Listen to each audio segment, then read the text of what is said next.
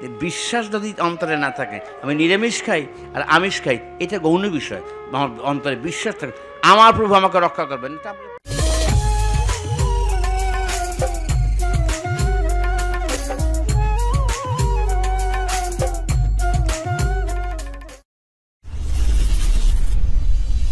এটা কি তাহলে বলে হরি উৎসব? এরকম অনেকগুলি অনুষ্ঠান আছে। এটা বৃন্দাবনের মধ্যে সীমাবদ্ধ নয়, সারা ভারতবর্ষের মধ্যে সীমাবদ্ধ, এবং দেশের বাইরেও আছে, যেখানে ভারতবর্ষের লোকেরা অন্যান্য দেশে বসবাস করে। এরকম অনুষ্ঠানগুলি ভিন্ন ভিন্ন আঙ্গিকে কৃষ্ণ ভগবানের লীলার ঘটনা কেন্দ্র করে করা হয়েছে। রাম নবমী, সীতা নবমী, এরও আগে রাম জন্মগ্রহণ করেছেন নবমী তিথিতে, সীতা দেবী জন্মগ্রহণ করেছেন নবমী তিথিতে, কৃষ্ণ জন্মগ্রহণ করেছেন অষ্টমী তিথিতে, জগৎ সুন্দর এসেছেন নবমী তিথিতে, স্বামী প্রণামত এসেছেন মাঘী পূর্ণিমার তিথিতে। এরকম তিথিভিত্তিক ভারতীয় ঋষিদের ভাবনার মধ্যে সৌরমণ্ডলকে সূর্য কেন্দ্রিক করেছেন। পাশ্চাত্যরা এটাকে ভিন্নভাবে দেখতেন। আমরা এখন পর্যন্ত এটাকে যেভাবে দেখি, ওয়েস্টার্ন কান্ট্রির লোকেরা ওভাবে দেখে না। তারা ডিক্লেয়ার দেয় রাত্রে 12টার পর পরের দিন। আমাদের দেশে সূর্য উদিত না হওয়া পর্যন্ত পরের দিন ঘোষিত হয় না। ঘড়ির টাইম বলতে রাত্রে 12টার পরে, তাই না? কিন্তু আমাদের দেশে কেউ 12টার পরে পরের দিন ঘোষণা করে না, ওই দিন মঙ্গলবারই ঘোষণা করে, সূর্য উদয়ের পর পরের দিন হয়। এইভাবে ভারতীয় সংস্কৃতি, এরিয়ান কালচার আর ওয়েস্টার্ন কালচারের পার্থক্যটা এখানে।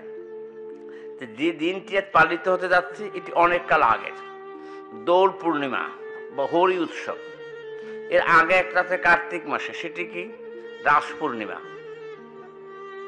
কার্তিক মাসে উদযাপিত হয় রাস পূর্ণিমা, আর শ্রাবণ মাসে উদযাপিত হয় ঝুলন পূর্ণিমা। এটা হিন্দোল বলা হয় হিন্দি ভাষায়, হিন্দোল। দোল পূর্ণিমা, ঝুলন পূর্ণিমা, রাস পূর্ণিমা, এই তিনটাই ব্রজ ভাবনায় ভাবিত। কৃষ্ণের লীলার সঙ্গে যুক্ত কারণের জন্য এর মর্যাদা অনেক অনেক বেশি বেড়ে গেছে সমাজ জুড়ে। এর সঙ্গে যুক্ত হয়েছে যেটা পরবর্তীতে, সেটা অনেক পরে, এর সঙ্গে যুক্ত হয়েছে গৌর পূর্ণিমা। গৌর পূর্ণিমার দিন আবির্ভূত হয়েছেন কৃষ্ণ ভগবানের আরেকটি অবতার, যেটি গৌর নামে পরিচিত। এই গৌরকে আমরা অবতার মনে করি, কিন্তু এটা সারা ভারতবর্ষ কিন্তু মনে করে না, আজ পর্যন্ত মনে করে না। আউট অফ বেঙ্গল, বাংলার বাইরে গৌরকে অবতার মনে করে না। আরও দেখবেন দশবতার স্তোত্রের মধ্যে কুর্ম বরাহও আছে, নৃসিংহ আছে, কিন্তু গৌরের নাম নাই। আছে যে জয়দেবের লেখা যে দশবতার স্তোত্র, তার মধ্যে গৌরের নাম নাই। আমরা বাঙালির কাছে গৌর আপনজন, সর্বভারতীয় পর্যায়ে গৌর আপনজন সবার কাছে এখনো হননি। হনুমানের যত মন্দির, গৌরের যত মন্দির নাই ভারতবর্ষে।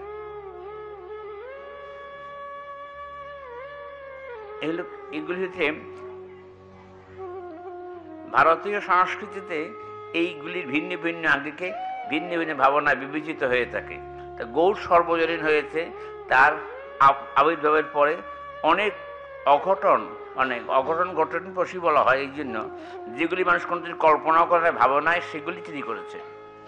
যার জন্য প্রথমেই বলেছে অনর্পজ চরিং চিরাত করুণায় অবতীর্ণ কলৌ সময়ের পয়তু উন্নত উজ্জ্বল রসং সভক্তি শ্রেয়ম। এটা কিন্তু এর আগে কাউকে বলা হয় না, মহাপুরুষ সঙ্গে বলা হয়েছে। অনর্পজ চরিং চিরাত করুণায় অবতীর্ণ কলৌ সময়ের পয়তু উন্নত উজ্জ্বল রসং সভক্তি শ্রেয়ম। ভক্তিযুগের কথা তো গীতাতেও আছে, এটা আবার বললো কেমন? এরকম কমন পিপল, মানুষের দ্বারা দ্বারে ঘরে ঘরে গিয়ে নরে নরে প্রচার করছেন, এমন ভক্তি রামচন্দ্র করেন নাই, কৃষ্ণচন্দ্র করেন নাই, এটা করছেন শ্রীমান মহাপ্রভু। এইটি তার বিশেষ অবদান। আজকে যে দিনটি সর্বজনীনতা লাভ করেছে সবার কাছে। আমাদের বৈষ্ণবদের একটা কিছু উন্নসিকতা আছে।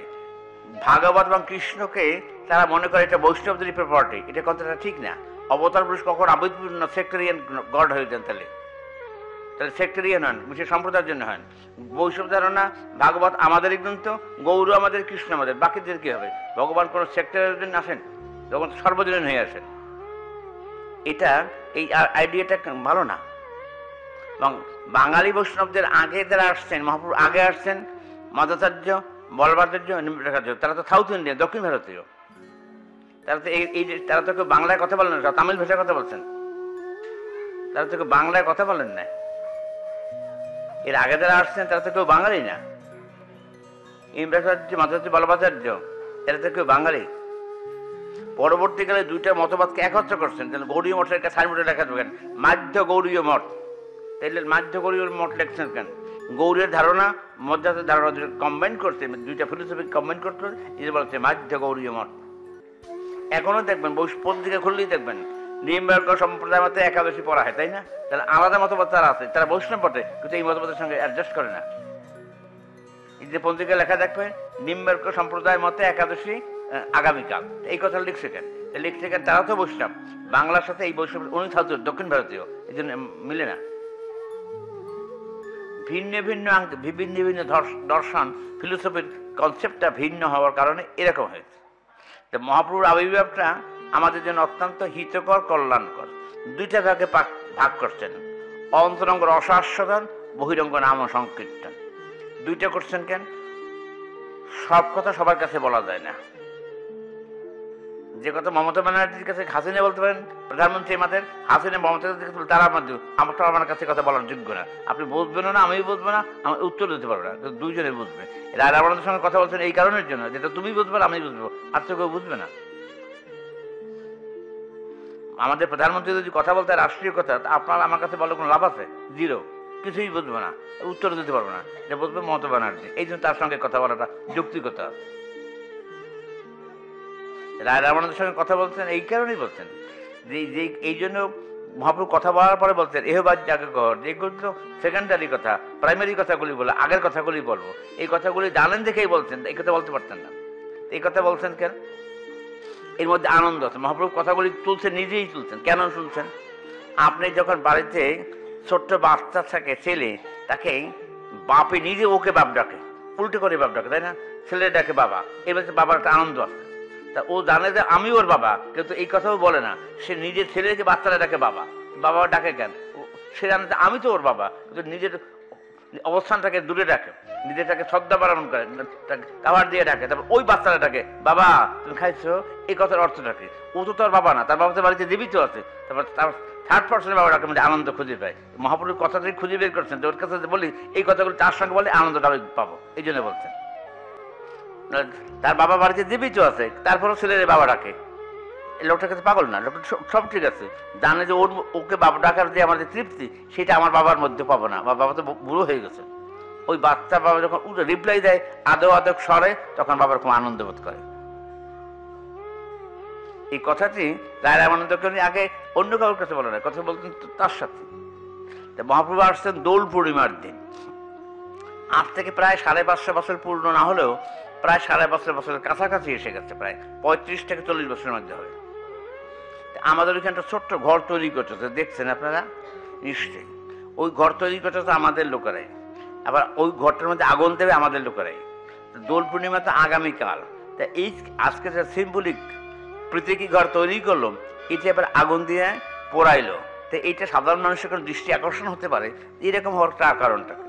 নর্মালি সাধারণত কোনো ঘর তো কেউ আগুন দেয় না, আর নিজে ঘর তৈরি করে সেই ঘরে আগুন দেয়। এটা যৌক্তিকতাকে, এই যৌক্তিকতাটা খুব সুন্দর। এটা সিম্বলিক প্রতীকী ঘর, কিন্তু সুন্দর। এটা কোনো দেখবেন ফায়ার ব্রিগেড কোনো কোনো জায়গায় মহড়া দেয়, 7 তালাতে যদি কোনো আটকে পড়ে কী করে নামায়, তাই না?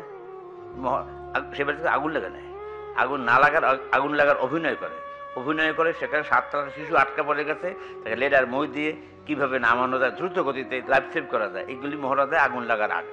ওইখানে যে মহড়া দিতেছে আগামীকালকে মহড়া দিতেছে আজকে। দোলের দিন ভগবান আবির্ভূত হবেন পৃথিবীর মাটিতে। এই ভগবানকে দেখার সাক্ষাৎ করার যোগ্যতা প্রতি মানুষের মধ্যে দেয়া আছে, কিন্তু একটা জায়গায় মানুষের অবশ্যকাল বাধা আছে। সেটি কি? বাসনাহীন চিত্তে যদি না হয়, ততক্ষণে ভগবানের সঙ্গে সাক্ষাৎকার হয় না। ঘরটা হচ্ছে দেহের প্রতীক, ফায়ারিং হচ্ছে আগুন হচ্ছে পুড়ে দেওয়া, ভস্মীভূত করা। আমার জীবন যাত্রার মধ্যে ভগবত প্রাপ্তির জন্য আমার বাসনাকে ক্ষয় করতে হবে, আগে মুক্ত হতে হবে, তারপর আমাকে ভগবান গ্রহণ করবে। এই জন্য ফায়ার দেখানো হচ্ছে, সিম্বল অফ বোর্ডিং, দেহের প্রতীক। আর আগুনটা হচ্ছে ভস্মীভূত করে দেওয়া। বাসনাযুক্ত চিত্ত থাকলে ভগবান বাসনা পূর্ণ করেন, ভগবান তখন নিজে আসেন না। যখন বাসনা মুক্ত হয়ে যায়, তখন ভগবান তাকে নিজে আবির্ভূত হন। এই জন্য কৃষ্ণ ভগবান অর্জুনকে প্রথম বলছে তোমার দায় দায়িত্ব কর্তব্য, মানুষ মারা কিংবা জীবিত থাকা, সিংহাসন পাওয়া কি না পাওয়া, এই সমস্ত নিয়ে এত কথা চিন্তা করা তোমার দরকারটা কি? তো একটা কথা বলে দাও, তুমি যদি আমার কাছে আসছো, আমাকে স্মরণ করে তুমি যুদ্ধ করো। এইভাবে বলছেন, শিষ্যস্ত্রবাং সাধিমাং তং প্রপন্নম। প্রপন্ন মানে শরণাগত। আমি তোমার চরণে স্মরণ নিলাম, যুদ্ধ করা ভালো না খারাপ, রাজ্য পাবো কি হারাবো, এটা আমার সাবজেক্ট না, এটা যা বলা হয় তুমিই বলো। তখন কৃষ্ণের কথা বলা শুরু করছে, এর আগে কিন্তু বলেননি। ওই ফায়ারিং করার অর্থ হইল আমার দেহে মনের মধ্যে বাসনাযোগ্য চিত্ত অবিরাম কাজ করে, সেটাকে মুছে ফেলে দিয়ে পরিষ্কার ক্লিন হয়ে যাওয়া, এই জন্য এটা করা হয়। আর মহাপ্রভু আসছেন যে দিনটি, সে দিনটি ছিল পূর্ণিমা, তার সঙ্গে ছিল গ্রহণ ছিল। জন্মেছেন এইরকম সময়, এই আরো 22 মিনিট বাকি আছে মহাপ্রভু জন্মবার, বিকেল 5:52। এখন 5:30 বাজে, আর 22 মিনিট পর বিকেল 5:52 আসছেন। তখনকার ঘড়ির হিসাব অনুসারে এইরকম সময় আবির্ভূত হয়েছে। কৃষ্ণ ভগবান আসছেন, প্রচণ্ড ঘন অন্ধকার, মুহুর্মুহু বজ্রপাত, বৃষ্টিপাত, জলোচ্ছ্বাস, এমন সময় আসছেন গভীর রাত্রে কৃষ্ণ ভগবান মথুরায় দেবকী মায়ের গর্ভে। আর মহাপ্রভু আসছেন এইরকম দিনে, এইরকম বিকেলবেলা যেদিন কীর্তন হচ্ছিল, তখন নবদ্বীপ শহরে, নবদ্বীপ এলাকায়। শুধুমাত্র মহাপ্রভু আবির্ভাবের ঘটনা তো আছেই, তার সঙ্গে গ্রহণও ছিল সেদিন। এই দুইটা কারণের জন্য যুক্ত হয়েছে কীর্তনটা। এইরকম একটি পরিবেশে আসছেন। এইগুলো প্রাকৃতিক পরিবেশ। আর রাজনৈতিক পরিবেশ ছিল আরো ভয়ঙ্কর। কি রাজনৈতিক পরিবেশটা ভয়ঙ্কর ছিল কি? তখন ভারতের সম্রাট ছিলেন আকবর, বাংলা শাসন করতেছিলেন আলাউদ্দিন হোসেন শাহ, আর নবদ্বীপ শাসন করতেছিলেন লোকাল গভর্নমেন্ট যিনি, যার অধিকার নেই, তার নাম হলো, তার দুইটা নাম, একটা নামে কেউ চিনবেন না, আর একটা নামে সবাই চিনবেন তাকে, তার নাম সাত কাজী, কিন্তু অফিসিয়াল নাম জামালউদ্দিন খান। এইরকম অবস্থা। রাজনৈতিক পরিবেশটা ভিন্ন আঙ্গিকে, সামাজিক পরিবেশ অত্যন্ত দুর্বল। এবং তখনকার দিনে সমাজ ব্যবস্থাটা কীরকম ছিল, ভক্তি অবস্থান, সেটি চলল বিদ্যাপতি। কথা বিদ্যক জন রস অনুমান অনুভবে কাহুকে না পেখো, বিদ্যাপতি কহ প্রাণ লাখেরে মিলিলে, এগুলো তখনকার সমাজ ব্যবস্থা। অর্থাৎ পূজা পার্বণ, উৎসব অনুষ্ঠান, কোথাও কোনো ত্রুটি নেই, সবই স্বাভাবিক আছে, কিন্তু হৃদয় জুড়েবার মতো মানুষ নেই, ফিলিংস নেই, অনুভূতি নেই। এটি যে আমরা সেখান থেকে এগিয়ে এসেছি, অনেক অগ্রসর হচ্ছি তা নয়, এখনো একই অবস্থায় আছে, বরং আগের চেয়ে আরো খারাপ হচ্ছে। বাড়িতে লক্ষ্মী পুজো হয়, সংকল্প হয় আমার নামে অথবা আমার বাবার নামে অথবা ভাইয়ের নামে, হি ইজ ফুললি অ্যাবসেন্ট, সে বাড়িতে সে আমিষ নাই। ব্রাহ্মণ সংকল্প করছে দেবীর চরণে, যার নামে সে বাড়িতে অনুপস্থিত। এই পূজা কি গ্রহণযোগ্য হতে পারে কিনা? অর্থদণ্ড, সময় আর শ্রম, তিনটে তার আর কোনো লাভ নেই। যার নামে সংকল্প হচ্ছে তিনি বাড়িতে থাকেন না, তাহলে এই পুজোটা এফেক্টিভ হবে কোথায়, কার জন্য? এটা কি বাস্তবতা থাকে? এই কথাই বলছেন বিদ্যাপতি। কত বিদ্যাপতি পণ্ডিত স্কলার, কত রস অনুমান হয়, অনুভবে না হোক কাউকে কিন্তু অনুভব করার মানুষ নেই। এইটাকে তুলে ধরছেন তখনকার দিনের শ্রেষ্ঠ কবি বিদ্যাপতি। এই ভাবনাটি হল সামাজিক জীবনে। তারপরে ধর্মের নামে প্রাণী হত্যার চূড়ান্ত পর্যায়ে, যেখানে হিংসা তো মানুষের মধ্যে জেলাসি আছে, জেলাসি ভায়োলেন্স আলাদা। জেলাসিটা হলো ব্যক্তিগতভাবে অপ্রকাশ্যে আপনার হিংসা, আর ভায়োলেন্স হলো একবার প্রত্যক্ষ ডাইরেক্ট হিট করা। এই জন্য হাজার হাজার লাখ লাখ প্রাণী হত্যা করতে হিন্দুরা এই দেবতার নামে তখনকার সমাজ ব্যবস্থায়। আপনারা যদি 100 বছর আগের ইতিহাস বলে তাহলে দেখবেন, পাঠা বলে, জোর পাঠা বলে, ডাবল পাঠা একসঙ্গে দিতে হবে।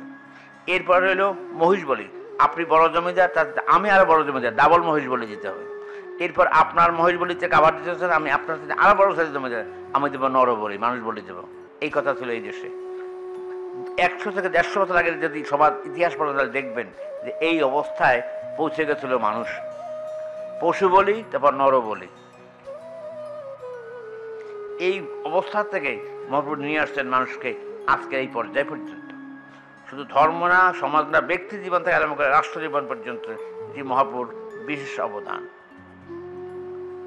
শুধু একা না, এর সঙ্গে আরো অনেক মহাপুরুষ পার্শ্বদ ছিল, তার সঙ্গে একা না, আরো সে গভর্নমেন্টকে যোগ করছেন পর্যন্ত। আমি কোনো আইন যদি করতে চাই এটা হবে না, যদি এখানকার গভর্নমেন্ট যদি পারমিট না করে ততক্ষণ পর্যন্ত এই আইনটা কার্যকরী হয় না। পার্লামেন্ট আইন পাশ করার পরেও সেটি কার্যকারী হতে গেলে গভর্নমেন্টের প্রেস রিলিজ থাকতে হয়, তা নাহলে আইন হয় না। মহাপ্রভু যে আমিষ খাওয়ার থেকে নিরামিষ খাওয়ার যে আইনটা করছেন বৃন্দাবনে এক্সিস্টিং আছে, যে মুসলমান গভর্নমেন্ট দিয়ে এটা করেছেন।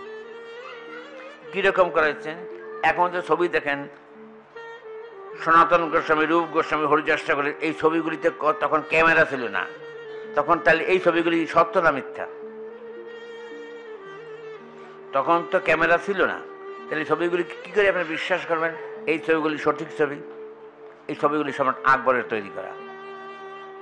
তখনকার রাজসভায় বড় বড় অয়েল পেন্টার থাকতো, তৈলচিত্র শিল্পী, কবি থাকতো, তাদেরকে তিনি কাজটা করেছেন। তাহলে এখন যে চিত্র আমরা খুঁজে পাই এটা মুসলমান সম্রাটের অবদান আছে পেছনে। এই কাজগুলি করেছেন শ্রীদেব গোস্বামী। সেটিকে আমরা পরে যাব।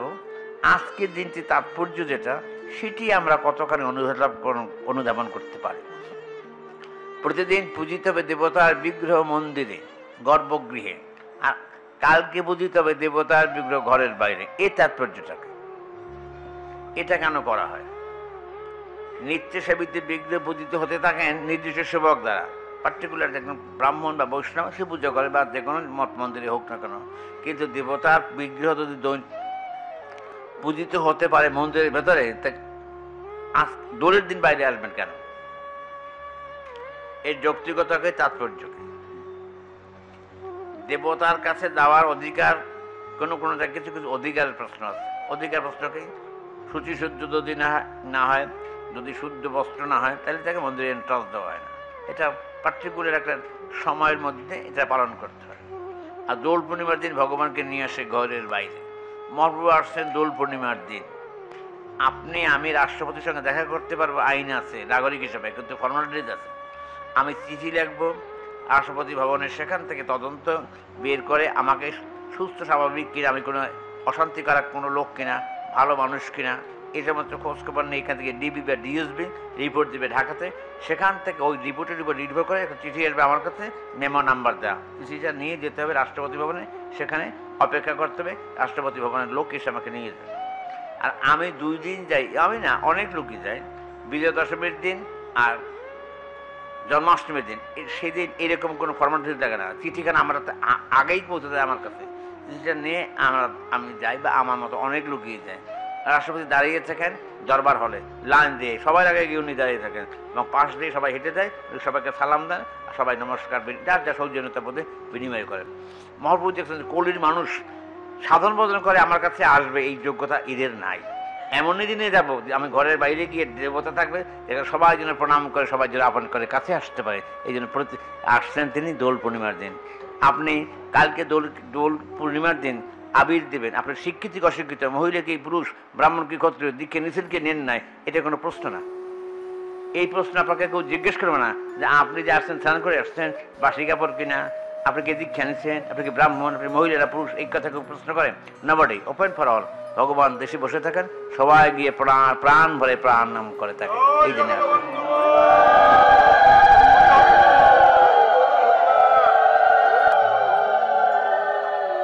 আর আবির দিবে কেন? আবির ভালোবাসার প্রতীক। এখন দেখবেন এটা আবির তো সনাতন ধর্মাবলম্বীরা দেয়, এখন যেটা সবাই দেয়। কোন দিন দেয়? আজকে ক্রিকেট বা ফুটবল খেলা যদি বাংলাদেশ জিতে দেয়, তাহলে দেখবেন গায়ে রং দেয়, তাই না? এটাকে দোল পূর্ণিমা খেলতে, ক্রিকেটে ফার্স্ট হচ্ছে, তারপর রং দেয় গায়ে। রং দেয় কেন? এই যে এই ভালোবাসাটা, আনন্দের বহিঃপ্রকাশ ঘটায় এই রঙের দ্বারা, আবিরের দ্বারা। সেই ঘটনাটি আজও প্রচলিত আছে। রাজনৈতিক ভাবনায় আছে, অ্যাথলেটিক স্পোর্টসের ভাবনায় আছে, কিন্তু মূল ভাবনা হলো প্রেম, ভালোবাসা, একে অপরকে রাঙিয়ে দিয়ে, প্রেমে রাঙিয়ে দিয়ে আপন করে নেওয়া। এই জন্য এটা করা হয়, এখনো করে। আর আবির যে তৈরি করে, এখন করে ময়দা দিয়ে, রং দিয়ে, তাই না? এখন ময়দা রং দিয়ে তো করে। আবির কুমকুম, সঙ্গে একটা কুমকুম শব্দ আছে, সেটা খুব তখনকার যে আয়ুর্বেদিক কেমিক্যাল, সেটা খুব ভালো ছিল। এখন আজকে গত 2-3 দিন বা 1 সপ্তাহ দেখবেন কিছুটা সময় গরম, কিছুটা সময় শীত। উত্তর বায়ু প্রবল হয় দিনের কোনো অংশে, দক্ষিণ বায়ু প্রবল হয় দিনের কোনো অংশে। দুইটা বায়ুর সংঘর্ষে মানুষের স্কিনের উপর প্রভাব সৃষ্টি হয়, অনেক অ্যালার্জি হয়। এই সময় আবির যদি দেওয়া থাকে তাহলে স্কিন ডিজিজের থেকে মানুষ রক্ষা পেতে পারে, এই কারণের জন্য এটা দেওয়া হয়েছে। এবং আর এর আগে দেওয়া হয়েছে আরও একটা আয়ুর্বেদিক শাস্ত্রের সঙ্গে মিল আছে। এর আগে মাঘ মাসে আমাদের পুজো হচ্ছে, সরস্বতী পূজা। পূজাটা হয় তিথিতে, পঞ্চমীতে, এটা বলা হয় শ্রী পঞ্চমী। আগে তো সবগুলোই ছিল পঞ্চমী, মাসে তো কয়েকবার আসছে, দুবার আসছে, এইটার নাম শ্রী হইল কেন? এমনি পঞ্চমীতে বলা হয় না, শ্রী পঞ্চমী বলে কেন? এক্স্যাক্টলি এরকম হয়। শ্রী পঞ্চমীর দিন থেকে উত্তর বায়ু প্রবল হওয়া কমে যায়, দক্ষিণ বায়ু প্রবল হতে শুরু করে। এই জন্য দেখবেন হিন্দু বাড়িতে এখনও সিস্টেম আছে, ছোটোবেলা আমরাও দেখছি, কাঁচা হলুদ, নিম পাতা একত্র করে বেটে তারপর গায়ে দেওয়া হয়। অর্থাৎ এই যে শীতের প্রচণ্ড আবহাওয়া যে শরীরের উপর যে প্রভাব পড়ছে, এই স্কিন নর্মাল ফর্মে ফিরে আসার জন্য সরিষার তেল, কাঁচা হলুদ, নিম পাতা বেটে একসঙ্গে গিয়ে বাচ্চাদের স্নান করেছে। এইগুলি যেমন শাস্ত্র তেমন স্বাস্থ্য, দুইটার সঙ্গে মিল আছে। শাস্ত্র এবং স্বাস্থ্যের সাথে অমিল নাই। হিন্দু ঋষিরা খুব বড় পণ্ডিত, মানুষকে কীভাবে লাইফ সেভ করা যায়, জীবনকে বাঁচিয়ে রাখা যায়, তার উপকরণ দেওয়া আছে ধর্মের ভিতরে। এই দিনটি দোল পূর্ণিমার দিন আবির্ভূত হয়েছেন শ্রীমান মহাপ্রভু। আবির্ভূত হয়েছেন যেখানে সেই জায়গাটি সবাই জানেন বা চেনেন, নবদ্বীপ। এই নবদ্বীপ তাদের অরিজিনাল বাড়ি না, তাদের বাড়ি কিন্তু নবদ্বীপে ছিল অনেক পরে, 500 বছর আগে গেছে এখান থেকে তারা। বাড়ি ছিল ঢাকা দক্ষিণ, জায়গাটির নাম কমলগঞ্জ থানা। এখনও পূর্বপুরুষের বাড়িঘর এখনও তাদের বাড়ি আছে, হারিয়ে যায় না। জগৎ সুন্দরের যদি আবির্ভাব হয়ে থাকে মুর্শিদাবাদে, তাহলে বাড়ি ছিল তো গোবিন্দপুর পদ্মার পারে, তাহলে মুর্শিদাবাদ গেল কেন? এই প্রশ্নটার উত্তর থাকে, তাই না? তখন তো ইন্ডিয়া পাকিস্তান হয়ে যায় না, এখান থেকে সংখ্যালঘিষ্ঠ হওয়ার কারণে আমার নিরাপদ সেফটির জন্য আমি চলে গেছি ওখানে, এরকম হচ্ছে প্রশ্ন আমরা গেছি সবাই, তাই না? কিন্তু এইখানে তো তা না, এখানে তো তখন তো রাজত্ব তো দেশ ভাগ হয় না, তাহলে গেল কেন? এরও কারণ আছে। আপনারা ভাটির দেশ বলতে কিছু বুঝেন, অনেকেই বুঝেন। নেত্রকোনা জেলার কিছু অংশ এবং সিলেটের কিছু অংশ এখনও ভাটি এলাকা বলা হয়। সেখানে নিম্ন ভূমি, জলের পরিমাণ খুব বেশি, এ এলাকা ভাটি এলাকা বলা হয়। এটা ভৈরবের পরে অষ্টগ্রাম থেকে, অষ্টগ্রাম ভিটামিন ইটনা, এই নামগুলি শুনছেন, এর থেকে শুরু হয়েছে। একবার উপর গিয়ে সুনামগঞ্জ গিয়ে আজমেরিগঞ্জ পর্যন্ত, তাহিরপুর পর্যন্ত। এই জায়গাগুলিতে অনেক কাল আগে প্রচণ্ড ঝড় জলস্রোত হওয়ার কারণের জন্য তখন মানুষ চলে আসে উঁচু ভূমিতে, আপার ল্যান্ডে। এই মহাপুরুষ চলে গেছে এইরকম কারণের জন্য নবদ্বীপ। আরেকটা কারণ, নবদ্বীপ তখন ছিল শিক্ষার শ্রেষ্ঠ কেন্দ্র, একাডেমিক্যালি খুব অ্যাডভান্স ছিল নবদ্বীপ শহর, বিশেষ করে সংস্কৃত ভাষায়। এই কারণের জন্য তার বাবা শিক্ষকতা করতেন। জগৎ সুন্দরের পিতা একই কারণ, তার এখান থেকে তার বাবা এখানে চলে যায়, মুর্শিদকুলিখার তার রাজধানী ছিল ঢাকায়, সেখান থেকে নিয়ে যায় মুর্শিদাবাদে। তখন সেখানে সরকারি কর্মচারীদের জন্য পড়াশোনার বিশেষ ব্যবস্থা করা হয়। ব্যবস্থার জন্য শিক্ষকতা করতে গেছেন তার কাকা আরাধন চক্রবর্তী, কাকা নিয়ে যায় দীননাথ চক্রবর্তী। সেখানে দুই রকম একই অবস্থা। স্থান ত্যাগ করার কারণটা কি? তখন তো আর আনডিভাইডেড ইন্ডিয়া, ভারতবর্ষ ভাগ হয় না। এর কারণটা কি? দুজনেই জগৎবন্ধু সুন্দর আবির্ভূত হয়েছেন পশ্চিমবঙ্গের মুর্শিদাবাদ, আর মহাপ্রভু নবদ্বীপে। তাদের বাড়ি যদি এখানে, ওখানে জন্মবিবেক কেন? একটা কারণ থাকতো। আবির্ভূত হয়েছেন 500 বছরের কাছাকাছি সময়। সামাজিক অবস্থা তো বুঝলেই, ধর্মীয় অবস্থাতে কী রকম। সামাজিক অবস্থা হিন্দুদের খুব দুর্বল অবস্থা। যে কাজগুলি হিন্দুদের করছেন, ইতিহাস সেখানে তাকে কোনোদিন কম্প্রোমাইজ করা যায় না। মানুষকে জন্মগতভাবে মানুষকে নিম্নবর্ণের মানুষ ঘোষণা দেখে তাকে অবহেলিত করা, এইটা সঙ্গত ছিল না। এটা করছে উচ্চবর্ণের হিন্দুদের সবচেয়ে বড় ভুলের মধ্যে অন্যতম ভুল এইখানে, যার জন্য সংখ্যালঘিষ্ঠ হয়ে গেছি আমরা, আমাদের দোষে, অন্যের দোষে নয়। যদি কোনো অন্যায় করে থাকি সেটা আমাদের ভুলের জন্যই এই দুঃখগুলি আজ আমাদের জীবনে নেমে আসছে। আর তৃতীয়ত হল, পুজো পার্বণকে মানুষ যেভাবে যে চোখে দেখে, সেখানে বিশেষ মানুষের অধিকার আছে, সব মানুষের অধিকার নাই। শুধুমাত্র ব্রাহ্মণকে ইনভলভ করা হয় আমার পক্ষে অ্যাডভোকেসি করার জন্য, আমার কিছু করণীয় নাই সেখানে। এটা কি ধর্মের অঙ্গ হতে পারে? আমার বেসিক্যালি আমার কিছু করার নাই। আমি হাট বাজারও করছি, টাকা পয়সা খরচা করছে, কিন্তু আমার কোনো রোল নাই, সেখানে কোনো ভূমিকা নাই। ব্রাহ্মণকে দিয়ে আমি নিশ্চিন্ত হয়ে বসে আছি, তাতে কি আমার জীবনের কল্যাণ হতে পারে? আমার কোনো কাজ নেই। এই ব্যাপারে হিন্দুরা খুব দুর্বল। আমি একটা প্রার্থনা অনুষ্ঠানে গেছিলাম, এখানে বাংলাদেশে শ্রীলঙ্কা হাইকমিশন অফিসে।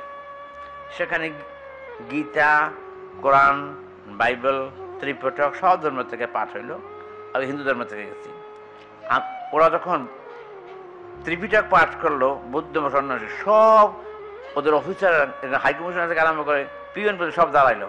ওই মন্ত্রগুলি যে পড়লো পালি ভাষার, সব হাত জোর করে করে সমস্ত অফিসাররা পড়লো। কিন্তু যদি এখানে হিন্দুদের কোনো অনুষ্ঠানে গীতা পাঠ করা হয়, যে পাঠ করে সেই করে, আর সব দাঁড়িয়ে বসে বসে তামসা থাকে, আর সব বসে বসে থাকে।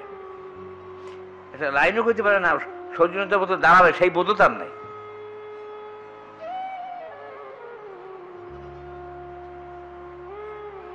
এটা আঙ্গিনা দেখলে বুঝবেন। বিকেলবেলা চিনে বাদাম খাওয়া ছাড়া আর কোনো কাজ আছে?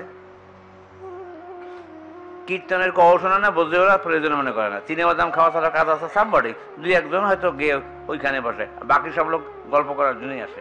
এইখানে যারা আসেন এই লোকগুলি একটু ভিন্ন থাকে, বা ওইখানে যারা থাকে চিনে বাদাম খাওয়া ছাড়া কোনো কাজ নেই। এই কথাগুলি সত্যি আজকে না, 500 বছর আগে চিত্র ছিল। এই যে ভাব বলছেন কত বিজ্ঞ দশ অনুমানে অনুভব কাউকে অপেক্ষা, অনুভব করার মতো মানুষের সামর্থ্য নাই বললেই সারে। এইগুলিকে সমানভাবে নিয়ে আসছেন শ্রীমন মহাপ্রভু কীর্তনের মধ্যে। এই কীর্তনের যে অ্যাসেম্বল, একত্রিত করা, এইটা ইতিপূর্বে আর কোনো অনুষ্ঠানে ছিল না। এটি মহাপ্রভুর অবদান। কীর্তন আগেও ছিল, সত্যযজ্ঞ ছিল, দাপর যজ্ঞ ছিল, ত্রেতাযজ্ঞ ছিল, কিন্তু একটা শব্দ প্রয়োগ করছেন মহাপ্রভু, নাম এবং প্রেম। এইটাকে এই একটা ওয়ার্ড লাগিয়ে দিচ্ছেন নতুন। এই ওয়ার্ডটা এর আগে ছিল না। নামের সাথে প্রেম যুক্ত করছেন, যার জন্য আজও মানুষ একে অপরকে বক্ষে ধারণ করে, কিন্তু পূজার সময় করে না। করে দুর্গা পূজায়, কালী পূজায়, এখানে করে না। নাম যজ্ঞ শুনতে গেলে সেখানে একে অপরকে জড়িয়ে ধরে প্রাণের ভালোবাসা মিশিয়ে দেয় একে অপরের সাথে।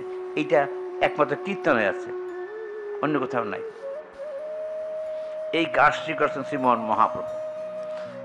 এখন যে অনুভূতি বা অনুভব বা ভাবনা, সেটির জন্য আমার নিজস্ব প্রয়োজন আছে। আমাকে অনুভূতির যে স্থানে উন্নীত হতে হলে আমার চিত্তরূপ দর্পণখানাকে ক্লিন করতে হবে। এই জন্য প্রথম অর্থই বলছেন দর্পণ মার্জন। গতকালকে একটা বিশেষ দিন গেছে, 7ই মার্চ। বক্তৃতার সময় 18 মিনিট। এই 18 মিনিটের বক্তৃতায় একটা দেশ স্বাধীন হয়ে গেছে, এবং সেটা ওয়ার্ল্ড হেরিটেজের মধ্যে বক্তৃতাটা ইনক্লুডিং যুক্ত হয়েছে। মহাপ্রভু 8টা কথা বলে দিয়ে গেছেন। এই সমস্ত বই পুস্তক পড়ার যে অনুভূতি, সেই 8টা কথার মধ্যে লেখা সব সব বলাই আছে। যে বলছে শিক্ষা স্টক, 8টা কথা শিক্ষা দিচ্ছেন। কি শিক্ষা দিচ্ছেন সেটাকে আমরা কতখানিকভাবে সমাজ জীবনে এখনো ধারাবাহিকভাবে রক্ষা করতে পারছি কি পারি না, এটা আমরা এখনো পারি না। এখানে আমাদের অযোগ্যতা, ব্যর্থ। এবং শাস্ত্রের যে ভাষা আছে, রাধার মহিমা প্রেমরসীমা জগতে জানাতে যদি গৌর না হতো, এটা করে রাই ঋণ। ভাবনাটি রাধার অন্তরে বেদনাযুক্ত চিত্রটি কেমন ছিল সেটি জনসাধারণের কাছে উপস্থাপন করার মতো কোনো সুযোগ ছিল না। এই যে শ্রীমান মহাপ্রভুর ভিতরে তিনি রাধা হয়ে আসছেন, বাইরে তিনি গৌর, কম্বাইন্ড ফিগার তৈরি করছেন, দুইটা ভাবনাকে একত্রিত করছেন। রাধার ভাবনাটি কত গভীর হতে পারে বেদনাটি, এবং তার সঙ্গে যুক্ত করছেন নিজকে কৃষ্ণ বিরহ বেদনা, রাধার অন্তরটা কেমন ছিল, দুটাকে তুলে ধরছেন একই সঙ্গে সাথে করে। আর শিক্ষাটাকে কি বলছেন? ভক্ত হতে গেলে, ভগবানকে পেতে হলে কিরকম হওয়া প্রয়োজন তার জীবন যাত্রার মধ্যে। এই জন্য প্রথমেই বলছেন দর্পণমার্জনা ভবমহাদি নির্বাপনম শ্রেয়া কৈরেব চন্দ্রকে বিচারণাং বিদ্বাবধূ জীবনম আনন্দাম্বতি বর্ধনম। ভাবনাটি যদি গভীর হয় তাহলে তো মানুষের কাছে অরিজিনিসই সহজ হতে পারে। ভাবনা যদি না থাকে, অঙ্গ প্রত্যঙ্গ স্বাভাবিক থাকলে সেটি অকার্যকর হয়। আপনারা সবাই লেখাপড়া জানেন। বিশ্বের শ্রেষ্ঠ ঔপন্যাসিক বা লেখকের মধ্যে একজন, তার নাম শুনছেন, বাড়ি গ্রিক দেশের। এত বড় লেখক পৃথিবীতে খুব কমই খোঁজে পাওয়া যায়, কিন্তু পৃথিবীর চোখে দেখা নাই কোনোদিন।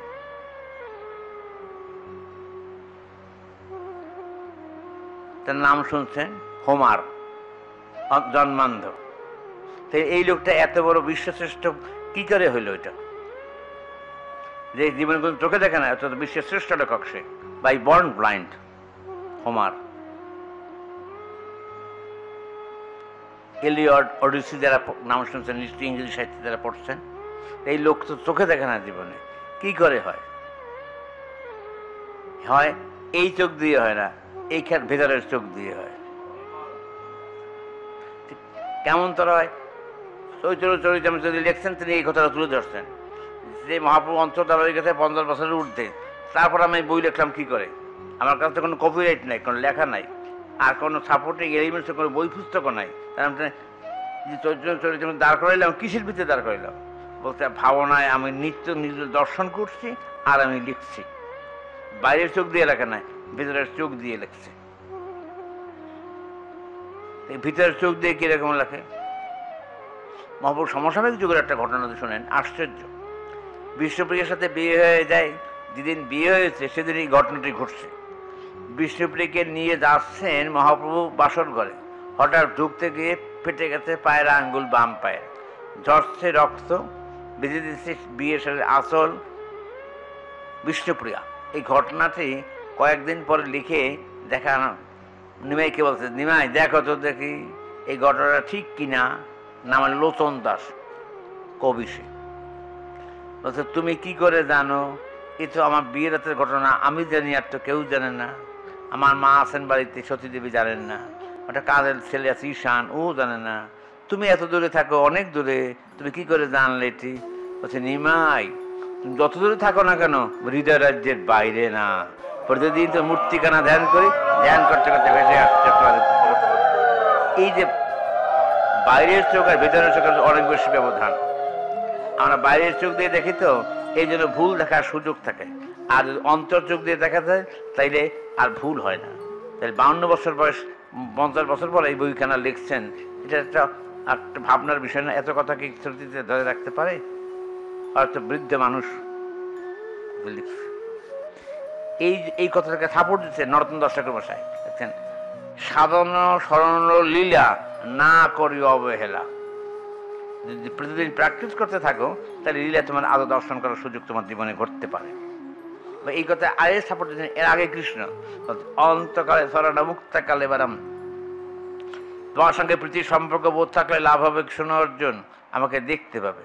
যদি তুমি নাও পারো এই জীবনে আমার সঙ্গে দেখা না হয়, তাতে তোমার ক্ষতির সম্ভাবনা নাই। সুচিনাং শ্রীমতাং গৃহীত ঘোষ্টাভিজায়তে, সাধারণ ফল ব্যর্থ দেবে না, পরবর্তী জীবন তোমার সেখান থেকে আবার শুরু হবে। এই যে দেখেন বড় বড় ভক্ত, কৃষ্ণ অনুরাগী, রাম ভক্ত, একজনে এই যুগের না, প্রারব্ধ কর্মফল তাকে অনেকখানি এগিয়ে এগিয়ে রেখে দিয়েছে। তাহলে এই কথা মানুষের জীবনে এভাবে ঘটতো না। প্রারব্ধ কর্মফল মানুষকে অনেক এগিয়ে রাখে, পরবর্তী জীবনে সে তার সঙ্গে আবার নতুন করে যুক্ত হয়, তখন সে মানুষ দেবতায় পরিণত হয়। মহাপ্রভুজি শিক্ষা দিলেন 8টা কথা। প্রথম কথাটাই বলতে, দর্পণ মার্জনা, আগে তোমার তৃতীয় দর্পণখানা মার্জনা করো, তবে তুমি আমাকে দেখতে পাবে, অনুভবও করতে পারে। দর্পণ মার্জনা করা আমরা যেভাবে মনে করি এটা সেভাবে নয়।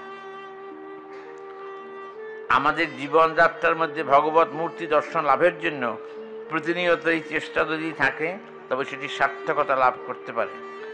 এই জন্ম নাহলে পরজন্মে, এই কথা অর্জুনকে বলছেন কৃষ্ণ ভগবান। ভাবনাটি যেমন হবে পরবর্তী জীবন তেমন হবে। তাহলে 8টা ঘটনা দেখুন, বিপরীত ঘটনা, মিলবে না। মিলবে না কেন? ভক্ত প্রহ্লাদের নাম শুনছেন আপনারা সবাই, সবাই কম বেশি জানেন। ভগবত পাঠ শুনছেন বা পাঠ যারা করেন, এই কাহিনীর উপরাখ্যানটি জানেন। ভক্ত ধ্রুবের কথাও জানেন। এটা তো খুব আজকের না, বহুকাল আগের ঘটনা। দুজনের মধ্যে পার্থক্যটা কোথায়? প্রহ্লাদের বাবা সাংঘাতিক ডেয়ারিং ফেরোসাস লোক, ভয়ঙ্কর লোক, আর তার ঘরে হরিভক্তি জন্মগ্রহণ করার কিভাবে মিলে? ঢাকা ইউনিভার্সিটির ভাইস চ্যান্সেলর আখতারুজ্জামান, তার ছেলে যদি লেখাপড়া মেট্রিক পাস না করে তাহলে মিলে না যায়। ইউনিভার্সিটির ভাইস চ্যান্সেলর ছেলে যদি মেট্রিক পাস না করে তাহলে মিলে না যায় কথা। যদি অসুর হয় দুই বাবা, বাবা এবং কাকা, হিরণ্যকশিপু হিরণ্যাক্ষ, আর তার ভাইস চ্যান্সেলর যদি হয় হরিভক্ত, তাহলে সে বেড়ে কী করে? মিলে আবার কোনো সুযোগ আছে? এই প্রহ্লাদের নাম ছিল সোম শর্মা। ভক্ত সাধক ছিল পূর্বজন্মে, থাকতো পাহাড়ে, অসুর তাকে আক্রমণ করছে, রাক্ষস আক্রমণ করছে, এই জন্য ভয়ে পালাইতেছিল, খুব স্পিডে দৌড় দিচ্ছে। পাহাড়ের উপরে তো দৌড়ি থেকে পিছন থেকে তাকাইছে রাক্ষস অসুর তাকে ধরে কিনা, ধরতেছে কিনা, এই ভয়ে ভয়েতে দৌড়তেছে। চলতে গিয়ে পাহাড়ের স্পটে পা ফসে গিয়ে মারা গেছে। ঘটনাটা দুরকম হচ্ছে। হরিভক্তি পরায়ণদের এই অন্তর্জাত ভক্তি বিশেষতার মধ্যে আছে, গ্যাদার জমা গেছে। মরণকালে ছিল অসুরের ভাবনা, এই যে জন্মেছে অসুরের বংশে, বাই বর্ন ক্যারেক্টার, তাদের নিজের সহায় সম্পদ তা হারায় নাই, জন্মেছে হরিভক্তি দিয়ে, কিন্তু জন্মেছে অসুরের করে। মিলবে যদি বাবা কাকা যদি অসুর হয়, এই যে হরিভক্তির পরায়ণ পুত্র তার কাছে কি করে জন্ম হয়? এইটা আবার রিভিউ করছে আর এক জায়গায়। তার নাম জানেন ভক্ত ধ্রুব।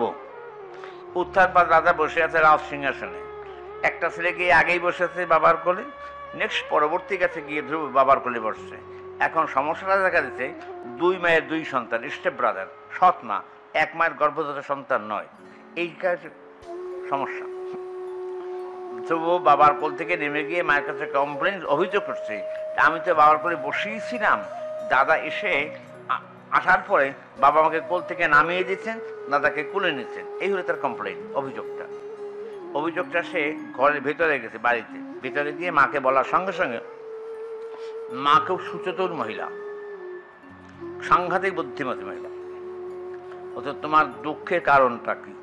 বলছে আমি তো বাবার কোলে বসেছিলাম, বাবা কোল থেকে নামিয়ে দিয়ে দাদাকে কোলে নিচ্ছি। বলছে তাতে তোমার কান্নারও কিছু হয় না, দুঃখেরও কিছু হয় না। একদিন তো আমিও থাকবো না, তোমার বাবাও থাকবে না, তুমি তখন কার কোলে উঠবে? এখন তো কাঁদছো, যার কোলে উঠলে কেউ কিন্তু নেমে আসে না, তুমি তার কোলে ওঠো। এই একটা কথা চলে গেছে, বাই বর্ন ক্যারেক্টার, জন্মগত ভাবে তার প্রারব্ধ কর্মফল ছিল, সঙ্গে সঙ্গে হিট করার সঙ্গে সঙ্গে ওপেন হয়ে গেছে। প্রারব্ধ কর্মফল কত করে একজন ছিল, 5 বছরের একটা নাবালক বাচ্চা, মাইনর বয়। সং বলছে যে তোমার আর বাবার কোলে ওঠার জন্য, এটা তো অতীত জীবনের কথা না, তোমার জানা নাই, তুমি জানলে একটু বুঝতে পারতে। সঙ্গে সঙ্গে ঘর থেকে বেরিয়ে গেছে। 5 বছর বয়সে এরকম বুদ্ধদেব বেড়ে নেয়, মহাপ্রভু বেড়ে নেয়, এরকম দৃষ্টান্ত নাই পৃথিবীতে, যীশুখ্রিস্টও না। পৃথিবীর ইতিহাসে 5 বছর বয়সে সংসার ত্যাগ করছে, এরকম দৃষ্টান্ত ধ্রুব ছাড়া আর কোথাও নাই, কোনো জায়গায় নাই। বুদ্ধদেবেরও নাই, মহাপ্রভুরও নাই, যীশুখ্রিস্টেরও নাই, কোনো জায়গায় নাই, একমাত্র ধ্রুবের আছে। এই কথাই কৃষ্ণ অর্জুনকে বলে রাখছে, শোনো, জীবনে দেখা হলে তো ভালোই হইলো, না হলে তোমার কোনো ভয়ের কোনো কারণ নাই। যতক্ষণ এগিয়ে থাকবে ততক্ষণই তোমার জীবন, পরবর্তী জীবন তোমার সেখান থেকে শুরু হবে। এই মনুষ্য জন্মটা এরকম জীবন আর পাওয়া যাবে না, এটা পাওয়ার সম্ভাবনা নাই। আপনি শিক্ষিত হন, অশিক্ষিত হন, মহিলা হন, পুরুষ হন, ব্রাহ্মণ ক্ষত্রিয়, বড় কথা না, হিউম্যান বডি কিন্তু আর লাভ হওয়ার সম্ভাবনা খুব কম। দিস দ্য লাস্ট পিরিয়ড, এইটাই সর্বশেষ পিরিয়ড।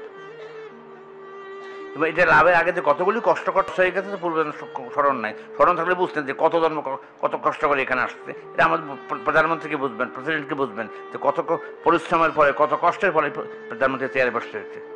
যত সোজা মানে তত সোজা না,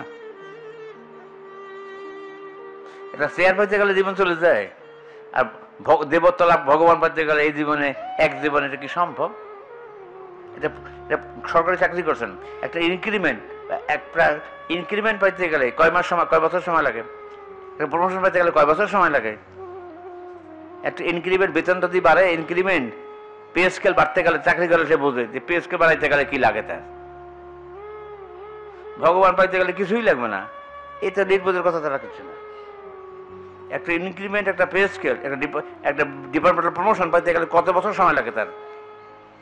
কত তো ওয়াজ করা লাগে, কার হাত ধরা লাগে, পাও ধরা লাগে, আর অন্য কথাতে বাধে দিলাম আমি ভগবান পেয়ে যাবো কোনো কিছুর বিনিময় ছাড়া, এইটা কেমন তোর কথা হইতে পারে?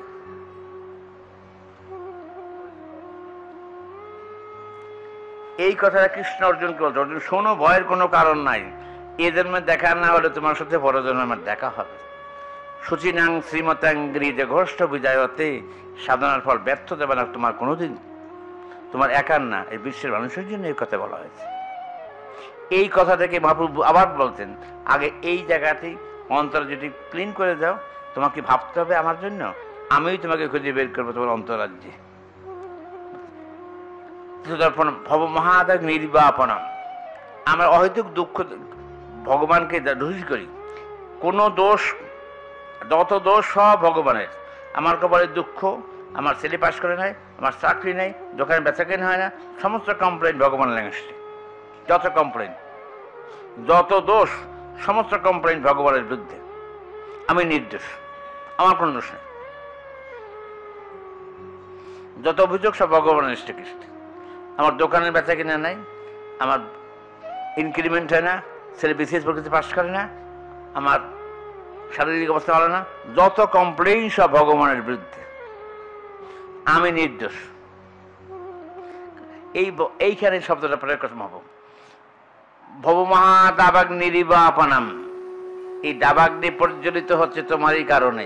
নির্বাপন করার যোগ্যতা তোমার নাই, এটা আমারই আছে। এটা বুঝতে কোনো কষ্ট নাই। এই 3 মাসের পত্রপত্রিকা ওরা দেখবেন, ব্রাজিল আমাজনে আগুন লাগছে, অস্ট্রেলিয়া আগুন লাগছে, সেটাকে গভর্নমেন্ট নাই, দমকল বাহিনী নাই, সবই আছে, কিন্তু কিচ্ছু করার নেই। ব্রাজিলে যে আমাজনে আগুন লাগছে, 25% অক্সিজেন পড়ে গেছে, পৃথিবীতে বিলুপ্ত হয়ে গেছে। অস্ট্রেলিয়া আগুন লাগছে, গভর্নমেন্টের চেষ্টা ত্রুটি নেই। বর্ষা বলছে আমি ছাড়া তোমার নির্বাপনের যোগ্যতাও নাই। ভগবান বলছে আমি ছাড়া তোমার নির্বাপন করার যোগ্যতা তোমার কাছে নাই। বর্ষা বলে দিয়েছে যে আমি পারি নিবাতে, তুমি পারবে না। এই কথাটাই মহাপ্রভু প্রয়োগ করছেন। ভব মহাদাবাগ নির্বাপনম শ্রেয়া কৈদেবা চন্দ্রিক বিতরণাং বিধবাবধূ জীবনম। আমার মধ্যে আঙ্গিনের সভাপতি আমি। আমি আঙ্গিনে আসছি 50 বছর আগে। আমি নিরামিষ খাই, কণ্ঠে আছে গলার মধ্যে। এ দিয়ে ভগবান লাভের কোনো যোগ্যতা আমাকে দেওয়া হয় নাই। এটা বাইরের আইডেন্টিটি হতে পারে, কিন্তু it is not spiritual identity. এটা ভগবান জগৎবন্ধু নিয়ে তার কোনো মাথা ব্যথা নেই। এটা প্রতিষ্ঠানিক পরিচিতি হতে পারে বটে, কিন্তু এই পরিস্থিতি দিয়ে ভগবান আমাকে কৃপা করবে, জগৎবন্ধু আমাকে দর্শন দেবেন, দেখা দেবেন, এই যোগ্যতার দ্বারা সেটাই সম্ভব নয়। কিন্তু এই যোগ্যতার অহমিকা বোধ আমাদের মধ্যে অনেকখানি কাজ করে, যার জন্য ব্যর্থ হই বারবার। এই কথাটা মহাপ্রভু বলছেন, বিধবাবধূ জীবনম বিদ্যান ব্যক্তি জীবন নববধূর মতো। কিরকম নববধূর মতো হবে? এটি খুব সহজে বুঝবেন। এটি বুঝতে কারোর কোনো কষ্ট নাই, কোনো পড়াশোনার তেমন দরকার নেই। আপনার ছেলে, ভাইস্তা, ভাইগনা বিয়ে করাবেন, যে বিয়ে হবে মেয়েটির সাথে, তাকে দেখতে গেছেন আরো 3 মাস আগে। দেখছেন মেয়েটি সুইটেবল, লেখাপড়ার জন্য সামাজিক মর্যাদা আছে, পিতামাতার পরিচয়ও সম্মানজনক, মেয়েটির বিয়ে তারিখ নির্ধারিত করছেন আপনারা উভয় পক্ষে মিলে, তাই না? মেয়েটি যে কোয়ালিফাইড তা তো আপনি জানছেনই। অনার্স মাস্টার ডিগ্রি, বিসিএস পরীক্ষাও দিচ্ছে। বিয়ের পরে বৌমাকে নিয়ে আসছেন বাড়িতে, নির্দিষ্ট দিনে বধূবরণ হবে, আপনাদের আত্মীয় স্বজন নিমন্ত্রিত, ঘর ভরে বসে আছে, শঙ্খধ্বনি উলুধ্বনি করার জন্য লোক দাঁড়ানো আছে, সব কিছু ইটস এন্ড এভরিথিং রেডি। বৌমা আসছে স্বামীর সাথে একই গাড়িতে, নেমে বাড়িতে দাঁড়িয়ে থাকে উঠোনের মধ্যে। বৌমা জানে শ্বশুরের ঘর স্বামীর বাড়ি, একই সাথে একই সঙ্গে স্বামীর সাথে গাড়িতে আসছে, কিন্তু বউ কি করে? নির্বোধের চূড়ান্ত হয়ে যায়। ঘরে ঢুকতে গিয়ে ননদের শাড়ি ধরে, দায়ের আসল ধরে, কিচ্ছু বোঝে না। এত বেকুব সাজে, বিসিএস পাস করা মেয়ে, বয়স 34 বছর, সব বোঝে, নাবালিকা না, মাইনর গার্ল না। সে জানে আর নববধূ এই বাড়িতে, এটা শ্বশুরের ঘর, স্বামীর বাড়ি, তারপরেও বেকুব সাজে। ঘরে গিয়ে রান্নাঘরে জিজ্ঞেস করে 15 দিন পরে রান্নাঘরে গিয়ে, মা চাল কতটুক নেবো? জানে 16 জনের 16 পোয়া 4 সের চাউলটাকে, সব বোঝে, সে কিচ্ছু বোঝে না। এত বেকুব হয়। আমি নূতন বধূ, বিদ্যা প্রাজ্ঞা পাণ্ডিত্যের ভূমি আজ এখানে দেখানোর জায়গা নয়। মহাপুর বলছেন বিদ্যা থাকবে ভালো, কিন্তু ভক্তি লাভের জন্য এগুলি সব বাদ দিয়ে তাড়াতে হবে তোমাকে সেই নূতন বউর মতো। বিদ্যা অবধূ জীবনাম। একটি ঘটনায় বললেই আপনারা খুব ভাগ্যবান। যার ঘরে বসে আছেন তার লেখাপড়ার যোগ্যতা নিশ্চয়ই কম বেশি জানেন। আমি এমএ পাস করছি 50-51 বছর আগে। আর গুরুদেব যার ঘরে বসে আছে, যার কৃপা করুণায় কথা বলছি, তিনি এমএ পাস করছেন আমার জন্মের আগে। আমি আমেরিকা গেছি 13 বার, আর উনি যখন আমেরিকা পড়তে গেছে, এই আঙ্গিনের থেকেই গেছে, তখন আমি জন্মেই নাই। বুঝতেই পারেন, যার ঘরে বসা আছেন বলতে পারবেন মহানমকে দেখছি, না দেখলে মূর্তি দেখছি, তার ঘরে আমি বসছি। এটা তো একটা সার্টিফিকেট আপনার জন্য, তাই না? এটা বিরাট সার্টিফিকেট। উনি একটা লোকের সঙ্গে দেখা করতে যাবেন, কিন্তু লোকটি খুব পণ্ডিত ব্যক্তি, ইউনিভার্সিটির ভাইস চ্যান্সেলর, ভুবনেশ্বর হলো, কটক হলেও উড়িষ্যার রাজধানী ছিল, এখন ও কটক না, এখন ভুবনেশ্বর, আগে ছিল কটক রাজধানী। ভাইস চ্যান্সেলরের সাথে দেখা করতে যাওয়ার প্রয়োজনে পাঠিয়েছেন আমাকে এবং আমার সাথে আরেকজনকে, দুজনকে একত্র করে পাঠিয়েছেন যাতে করে ওনার সাথে দেখা করার জন্য একটা অ্যাপয়েন্টমেন্ট টাইম নেওয়া যায়। আমরা যাওয়ার পরে ওনার পিএস বলল যে না, 1 বছরে দেখা করার কোনো সুযোগ নাই। আমরা বললাম যে 1 বছরে দীর্ঘ সময়ের ব্যাপার, যিনি দেখা করবেন তিনি তো এখানে থাকেন না, উনি আসছেন কলকাতা থেকে রাজযাত্রা উপলক্ষে, এইখানে তো উনি থাকবেন না। কার কথা বলছেন আপনি? আমি বললাম মহানাম ব্রত ব্রহ্মচারী মহারাজ। উনি তো কলকাতাতেই থাকেন, আমাদের কলকাতা থাকেন বটে, কিন্তু আসছেন রথযাত্রা উপলক্ষে পুরীতে আছেন। যান, স্যার বসা আছেন, 2টো রুম পেরিয়ে গিয়ে দেখা করবেন, ওখানে স্যার বলবেন আপনি কখন আসবেন মহারাজজিকে নিয়ে, আপনারা যান। গিয়ে দেখি এইরকম একটা জল চোখের উপরে একটা বই, এরকম টেবিল ল্যাম্প লাগানো, খুব কালো মানে পুরু কাছে চশমা পরা, একজন লিখতেছে, গামছা পরা লোক। আমার পিএসকে গিয়ে বললাম যে আপনি তো বললেন ভিসি স্যার ওখানে বসা আছেন, গিয়ে দেখলাম একজন বুড়ো যেন কি লিখছেন খুব খুব নিবিড়ভাবে, আর তো স্যারকে দেখলাম না। তো বলতে ভুল করলেন কেন? উনি তো ভাইস চ্যান্সেলর, খালি গায়ে গামছা পরা লোক বসে আছে ভাইস চ্যান্সেলর। তো উনি আমাদের শিখিয়ে দিলেন যে আপনারা কোনো কথা বলবেন না, সামনে গিয়ে বসে থাকবেন, স্যার আপনাদের সাথে এমনিতেই কথা বলবে ওনার সময় মতো। আমরা গিয়ে বসে আছি, 2-3 মিনিট পরে চশমাটা নামাইয়া বললেন আপনারা কাকে চাইছেন, কাকে খুঁজছেন? আমরা বললাম স্যার বিশেষ প্রয়োজন আসছে আপনার কাছে, মহানাম ব্রতচারী মহারাজজি দেখা করবেন আপনার সাথে, আপনি সময় এবং তারিখ বলে দিলে আমরা নিয়ে আসবো সাথে করে আপনার কাছে। I am hard of hearing, please loudly. আমি কানে কম শুনি, জোরে বলুন। আবার বললাম, বলছে কথাটি ঠিক হয়নি। আমি বললাম স্যার আমার বয়সে খুব কম, বিদ্যার আমার আরও কম, আপনাকে উপস্থাপন করবো সুন্দর ভাষায় সেই যোগ্যতা আমার নাই, আমার ত্রুটি হলে ক্ষমার দৃষ্টিতে দেখবেন। বলছে ওই সেন্সে বলছি না, ভিন্ন আঙ্গিকে বলছি। আমি বললাম স্যার বুঝতে পারিনি, অনুগ্রহ করে যদি বুঝিয়ে বলেন তবে তৃপ্ত হব বা সংশোধিত হবে। বলছে না ওভাবেও নয়। স্যার বুঝতে পারছি না। বলছি কথাটি তো ওভাবে নয় বলছি, মহানাম কেন আসবেন আমার কাছে? পর্বত মুশিকের কাছে না, মুশিক পর্বতের কাছে যায়। আমি কখন দেখা করবো ওটা জেনে এসে আমাকে জানাবে, আমি গিয়ে দেখা করে আসবো, তাকে আসতে হবে না আমার কাছে। এই নামে একটা বিদ্যাপদ জীবন, যার সামনে আপনারা বসা আছেন, যার সামনে বসা আছেন তাকে বোঝেন তো। দেখি যে ভাইস চ্যান্সেলর, আমি জিজ্ঞেস করলাম যে স্যার আপনার সঙ্গে দেখা করা যে 1 বছর সম্ভব না হয়, তা আমার মতো তো সাধারণ মানুষ তো প্রশ্নই ওঠে না, বড় লোকও বিশেষ লোকরা আসতে পারবে না, তুমি দেখতে পাচ্ছ না, তুমি তো মহানাম মহারাজের শিষ্য, তাই তোমাকে তুমি করেই বললাম, মনে কিছু করবে না। আমি না স্যার, এই যে দেখছো এই বইটার কত কাল আগের জানো? রিটেন বাই হিউম্যান বডি, মানুষের হাতের লেখা, তাল পাতায়। বইটার বয়স 1000 বছর, 1000 years ago. I translated in English German language.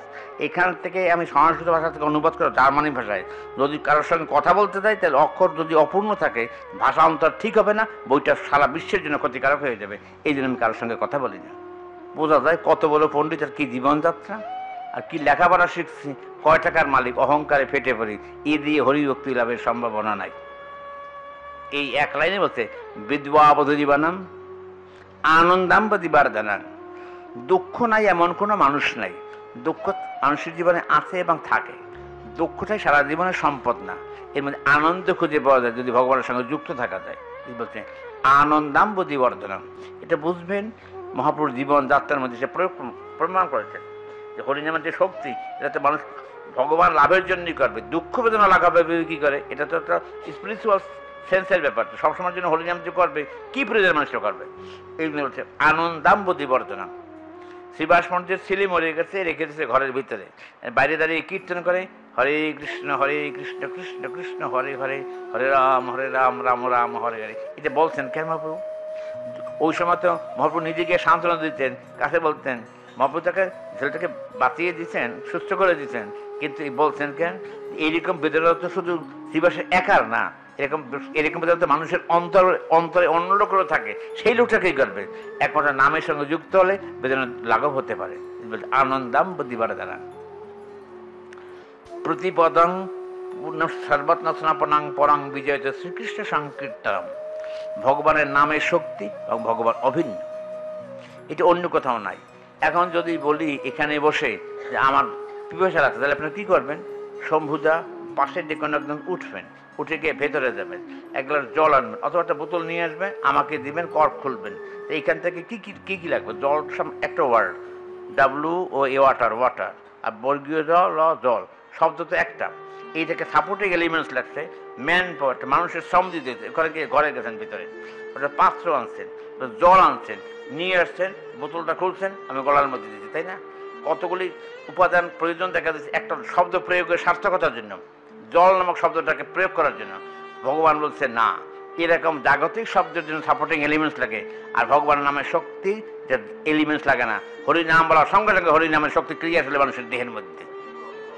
অন্য কোনো বস্তু যদি খুঁজতে হয়, তার ইচ্ছা করলেই আমি আপনার কাছ থেকে কোনো জিনিস চাইলে আপনি দিতে পারবেন না, হয় বলবেন দাদার কাছে, দাদা টাকা তো আমার কাছে জিনিসটা নাই, টাকা নেন, কাল কিনে নিন, এই কথা করবেন না।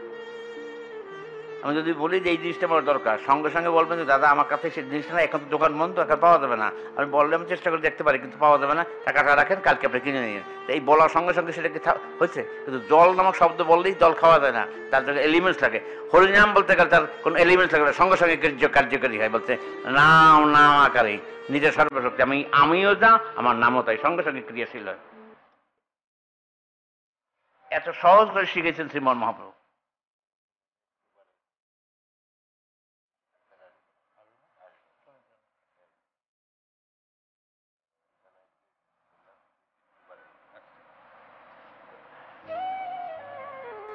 আমার নিশ্চিন্ত করছে না, চিন্তা মুক্ত করলেন, বাচ্চা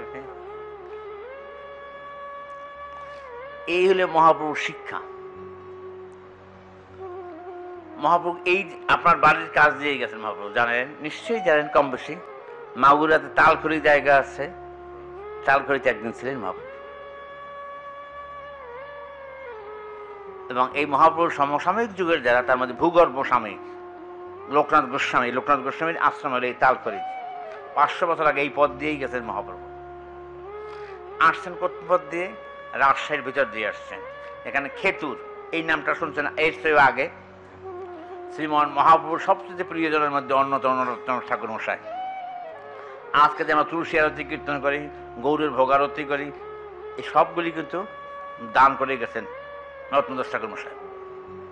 বিরাট জমিদারের ছেলে, সাংঘাতিক জমিদার। এখনো যা পড়ে আছে সম্পত্তি, তার দাম 2 থেকে 3 কোটি টাকা হবে, যেটা গভর্নমেন্ট নিয়ে গেছে, জবরদখল হচ্ছে, এখনো যা আছে। এইটা অনুষ্ঠানটা পরিচালনা করেন রাজশাহীর ডিসি, তাহলে এটুকু হইতো না।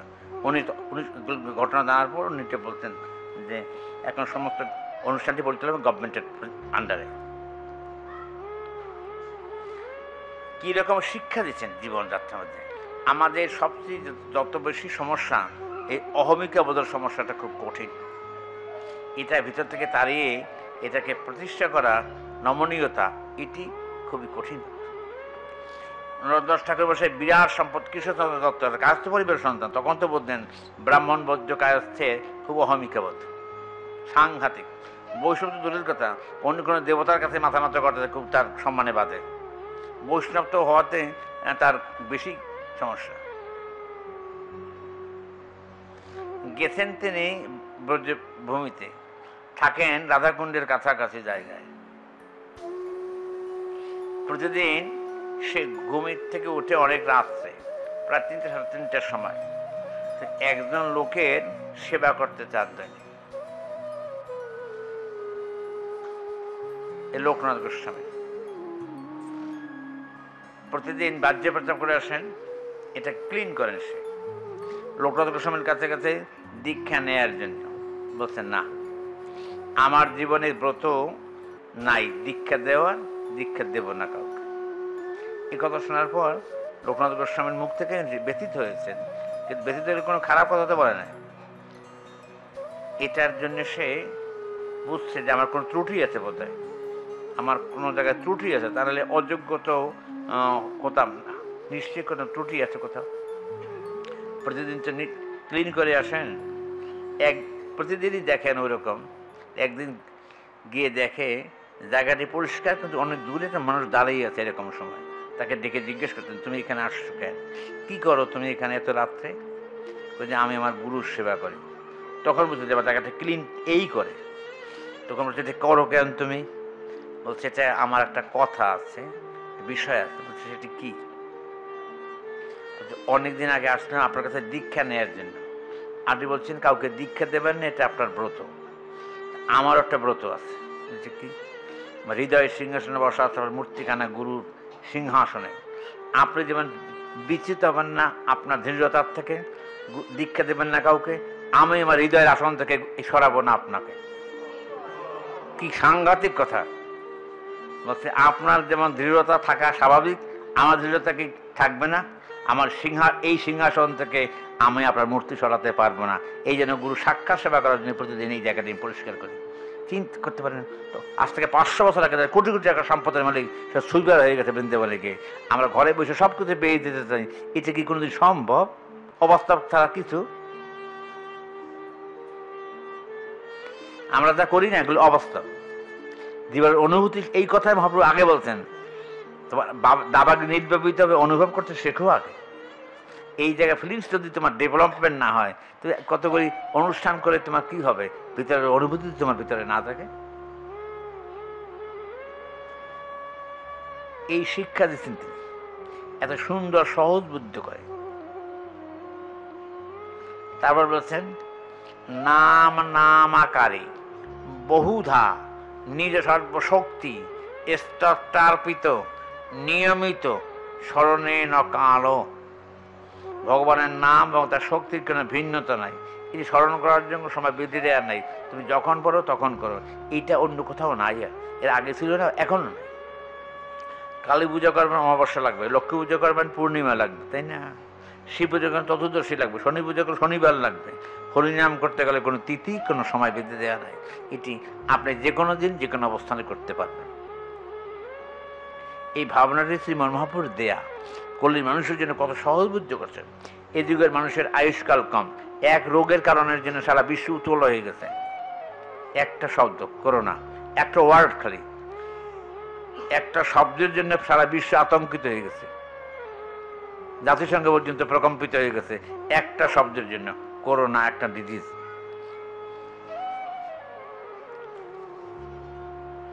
এই দেশের কতক্ষণ লাগে একটা মানুষ মরতে করোনা দিতে? 15 মিনিট লাগে না, এর আগে মরে যায়। এত শর্ট আয়ু বিজ্ঞান জগতে। চিকিৎসা বিজ্ঞান এগিয়ে দিচ্ছে অনেকখানি, কিন্তু কোনো কোনো জায়গায় সামর্থ্য নাই বিজ্ঞান গিয়ে দাঁড়াতে পারে, সেখানে থেমে যেতে হয় তাকে।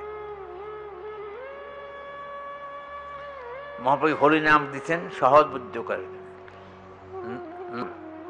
কোনটা ঠিক? একটা ভুল না, সবগুলি ঠিক। আমার বিদ্বেষ, আমার অন্তরাজ্যে অধিক হরিভক্তি করে পূজাও করি, কিন্তু ওই অন্যের নামটাকে এটা ঠিক না করে ঘোষণা দিই আমি। আসলে কোনোটাই ঠিক মতো বুঝি না, যার জন্য কোনোটার প্রতি শ্রদ্ধা ভালোবাসা নাই। আর একটা গ্রুপিং চিন্তাধারা, এটার মধ্যে গ্রুপিং চিন্তা আছে। এই যে এখন যে আজান দিচ্ছে, এই আজানটা আরবি ভাষায় না, তাহলে এই লোকটাকে ডাক্তার থেকে অন্য কাউকে, একজনকে, এই যে জিওডি, জেনারেটর, অপারেটর, ডিস্ট্রয়ার, সৃষ্টি, স্থিতি, প্রলয়, ব্রহ্মা, বিষ্ণু, মহেশ্বরা, তিনটা শব্দের অর্থ যা, গড়ার অর্থ তাই। ওটাই ঠিক, আমারটা ভুল, আমারটা ভুল, ওরটা ঠিক। আসলে কোনোটাই বুঝি না, বুঝি ঝগড়া লাগানোটা। এই ব্যাপারে আমার সঙ্গে আপনারা কেউ পারবেন না।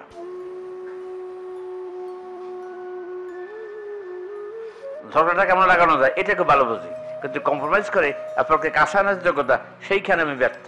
ঝগড়া লাগাবার যোগ্যতায় আমার গোল্ডেন এ প্লাস।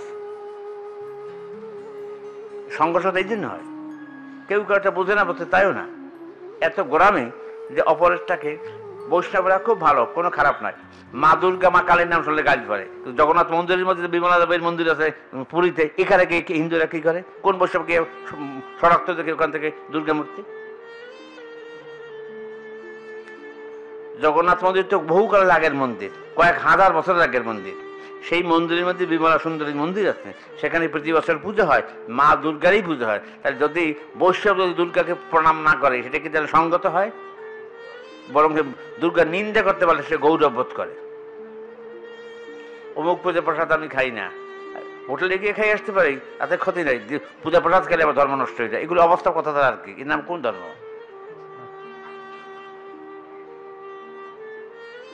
এই সবগুলো কম্প্রোমাইজ করছেন মহাপ্রভু। কিন্তু দুর্ভাগ্য আমরা সেটা শুনিও না, মানিও না।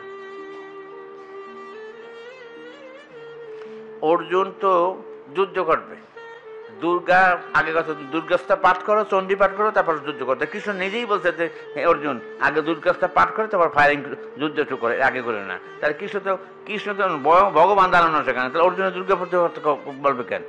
তাহলে তাহলে তো কৃষ্ণ মাইনে হয়ে যায়, সংগঠন শিক্ষা দেয় নাই। এইখানে একটা সুন্দর কথা আছে। গোদাবরীর তীরে গেল কেন? শ্রীমন মহাপ্রভু গঙ্গার তীরে ডাকে আনতে পারলো না? যার সঙ্গে কথা বলতে গেছেন তিনি তো রায় রামাদ, তাকে তো ডেকে আনতেই পারত, তুমি আসো, তোমার সঙ্গে কথা আছে, তাই না?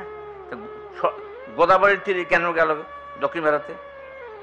এইটা আপনারা ইন্ডিয়া যারা যান, যারা চেন্নাই গেছেন, তামিলনাড়ু গেছেন, তাহলে বুঝবেন। এই জায়গায় বুঝবেন যে কেন গেছে ভাব। তামিলনাড়ুর লোকেরা, চেন্নাইয়ের লোকেরা, তারা ইংরেজিতে কথা বলে কি হিন্দিতে কথা বলে না, দেখছেন? তারা হিন্দি ভাষায় কথা বলে না, ইংরেজিতে কথা বলে। ওরা হলো দ্রাবিড়, উত্তর আর্য। আর্যের সাথে দ্রাবিড়দের সাথে সাংঘাতিক পুরনো সম্পর্ক, খারাপ, এখনো খারাপ। তামিলরা হাজার জাতীয় ভাষা হিন্দি, কিন্তু নোবডি স্পিকিং হিন্দি। ও ইংরেজি কথা বলবে, বিদেশি ভাষায় কথা বলবে, কিন্তু আপনার সাথে হিন্দি কথা জানলেও বলবে না। দ্রাবিড়দের যে আর্যদের যে সংঘর্ষ মিটাবার জন্য কথা শ্রীমন মহাপ্রভু, তাহলে ডাকলেই তো এখানে আসতে পারে। মহাপ্রভু ডাকলে কি আসবে না? রামানন্দ আসবেন, কিন্তু গেছেন। তো এই যে একটা কন্ট্রাডিকশন আছে দুইটা সম্প্রদায়ের মধ্যে, এটাকে কীভাবে নিরসন করা যায়, এই জন্য তিনি সেখানে গেছেন। রায়রামানন্দ ডাকা কোনো সমস্যা নাকি? দক্ষিণ ভারতে যদি আসতে পারে, কর্ণাটক থেকে আসতে পারে যদি সনাতন রূপ গোস্বামী, তাহলে তার ডাকাটা অসুবিধা কি? ডাকাটা এই জন্য আমি যাবো, দুই সম্প্রদায়ের মধ্যে যে একটা বিভেদ আছে সেটাকে আমি কম্প্রোমাইজ করে স্বাভাবিক নিয়ে আসবো। আজকে মহাপ্রভুর কথা বলতে গেলে রায়রামানন্দের সঙ্গে সাউথ ইন্ডিয়ান লোকের কথা বলতে হয়। কি গভীরে চিন্তা করছেন জিনিসগুলি। আমরা খালি ভোগ দেয় আর জবা লাগাই, তুমি নিরামিষ খাও না, আমার প্রসাদ বলি, আমি এখানে বসে, ওরে বাইরে দেন, ওরে বাইরে দেন। ওদেরকে মহাপ্রভু সাহেব ভোগ ছাড়া খাই না। কি কত বড় অশালীন আচরণ! উনি নিরামিষ খায়, এই জন্য ওনার ঘরের মধ্যে বড় থালার মধ্যে দেবে, যে আমিষ খায় তার ঘরের বারান্দা বসাই দেবে। ওদেরকে হচ্ছে মহাপ্রভু সাহেব হাগর, আরে হাগরকে এই নাম না, এগুলো তো মানুষের অপমান করা। এই জন্য হাগর বলাকে ঠিক, এই হাগরকে ভগবান খুশি হয়। এইটা শিখেছেন, এর সাথে সহজ করে মহাপ্রভু, তাতে জগবন্ধু। ওই যে আমাদের দেখবেন এই আঙ্গিনায় এখনো রান্না করবে, এখন তো ডেইলিও করে, এখনো করবে, সব ওই সাঁওতালের গোষ্ঠী, 14 গোষ্ঠী ওরা বুনো পাক দিয়ে ওরা রান্না করে, জগৎবন্ধু খায়, আমরাও খাই। এই জায়গা জগৎবন্ধু, এই জায়গাতে প্লাস পয়েন্ট আছে যে 9 দিন রান্না করবে, এর মধ্যে কোনো ব্রাহ্মণ বৈদ্য গায়স্থ নয়, সব সাঁওতাল এই বোনরা, ওরাই রান্না করবে, ওরাই শহরে খাওয়াবে। তুমি খাইলে খাও, না যাও গিয়ে বাবা রান্না করছো, ওরা খাও। এই শিক্ষাটি প্র্যাকটিক্যাল শিক্ষা দিয়েছেন শ্রীমান মহাপ্রভু জগৎবন্ধু সুন্দর। মানুষের যে অস্থিত্ব ছেদ করা, এটি অত্যন্ত দুঃখদায়ক। এই এত চেষ্টা করছেন বাবু, কিন্তু এখনো মানুষ সেখান থেকে সরে আসতে পারে না।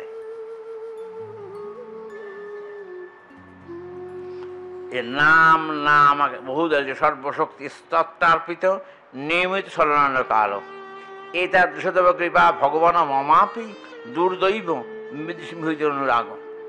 নাম প্রীতি অনুরাগ জন্মাতে একদিনে হয় না, করতে করতে করতে করতে অভ্যাস হয়। ও অনুরাগ যদি একবার জন্মে তখন সেটা তার থেকে বিচ্ছিন্ন হয় না, কিন্তু এটা জন্মানো বড় কঠিন। অভ্যাস করতে করতে করতে করতে একটা সময় হয়ে যায়, এটি অভ্যাসের ফলে হয়। আমাকে ভগবান কৃপা করবেন, বসেই আছেন, কিন্তু কৃপার যোগ্য পাত্র তো আমাকে নিজেকে তৈরি হতে হবে। তা নাহলে তো ভগবান কৃপা করলে আমি ধরে রাখতে পারবো না। যোগ্য আধার হওয়া চাই, যোগ্য পাত্র হলেই ভগবান তাকে সেই সম্পদ দান করে।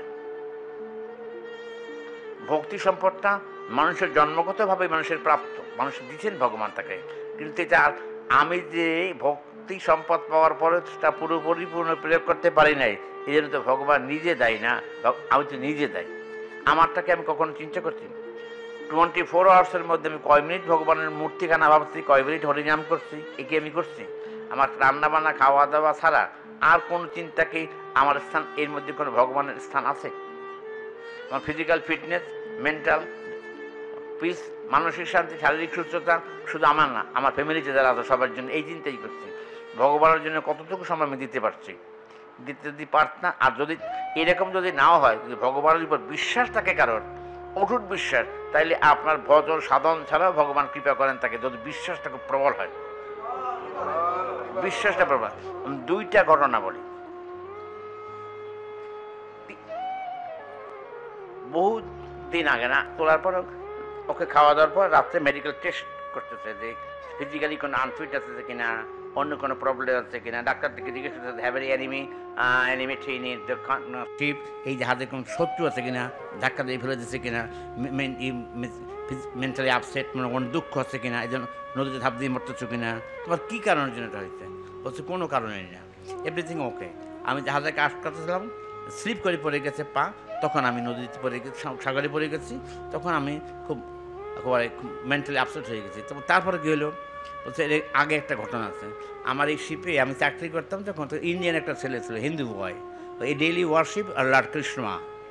ও সকালে স্নান take his bath and everyday worship Lord Krishna. সকালে স্নান করে ও ভগবানের পূজা করতো। আমি বললাম এটা কী কাজ করে, এই টিচার কাজ কী? বলছে save the any kinds of danger, ভগবান মানুষকে রক্ষা করে। আমি বলতাম তোমার সমস্ত উল্টাপাল্টা কথাবার্তা, ভগবানকে তোমার ভগবান ধাক্কা দিলে নিজেই ফিরে যায়, এবার মানুষ রক্ষা করে, দেখ। আমি সমস্ত বিশ্বাস করতাম। ও আমাকে বলছে যে have any danger you call him, যদি কোনো বিপদে পড়ে তোমাকে ডাকলে সে রক্ষা করবে। তা আমি কোনোদিন বিশ্বাস করে প্রয়োজন মনে করি না। যখন জাহাজ থেকে পড়ে গেলাম তখন মনে করলাম this is the last day, last movement of my life, never go in Kharia, আমি জীবন কোনোদিন করিয়ে যাবো না, আজকে মরে যাবে এখানে। I called Lord Krishna loudly, ও কৃষ্ণ সেভ মি, ও আমাকে বাঁচাও, আর তো কেউ পৃথিবীতে নাই আমার। সঙ্গে সঙ্গে গ্রেট টার্টওয়াজ আমি কষ্টে উঠে গেছি।